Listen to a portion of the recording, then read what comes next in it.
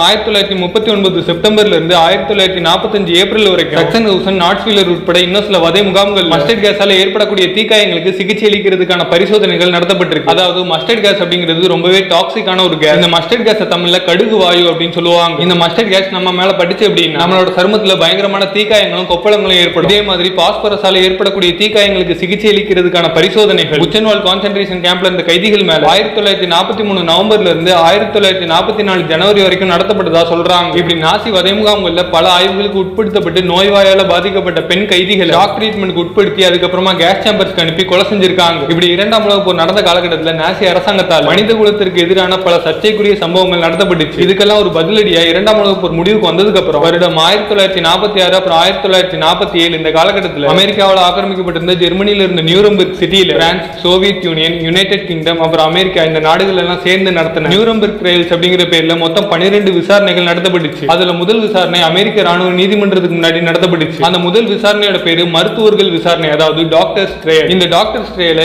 USV curl brand அப்படின்னு சொல்லுவாங்க. இந்த டாக்டர்ஸ் ட்ரையல்ல விசாரிக்கப்பட்ட மனித பரிசோதனைகளை செஞ்ச நாசி மருத்துவர்கள் கொஞ்சம் கூட ஈவிரக்கமே இல்லாம அவங்க செஞ்ச பரிசோதனைகளை நியாயப்படுத்தி பேசியிருக்காங்க. கடைசியா அந்த நியூரம்பெர்க் விசாரணைகளோட முடிவுல மொத்தமா 22 பேரை முக்கிய குற்றவாளிகள் அறிவிச்சு அந்த 22 பேர்ல 12 பேருக்கு தூக்கு தண்டனையும், 3 பேருக்கு ஆயுள் தண்டனையும், 4 பேருக்கு 10 இருந்து 20 ஆண்டுகள் வரைக்கும் சிறை தண்டனையும், கடைசியா இருந்த 3 பேரை விடுதலை செஞ்சும் தீர்ப்பு வழங்கப்பட்டுச்சு. மனித குலத்திற்கு எதிரான செயல்களை செஞ்சதுல நாசி அரசாங்கத்தை சேர்ந்த பல பேரோட பங்கு இருந்தாலும் அதுல கால்வாசி பேர் கூட தண்டிக்கப்படலங்கிறதும் பாதிக்கப்பட்டவங்களுக்கு எந்த ஒரு நீதியும் வழங்கப்படலங்கிறதும் தான் உண்மை.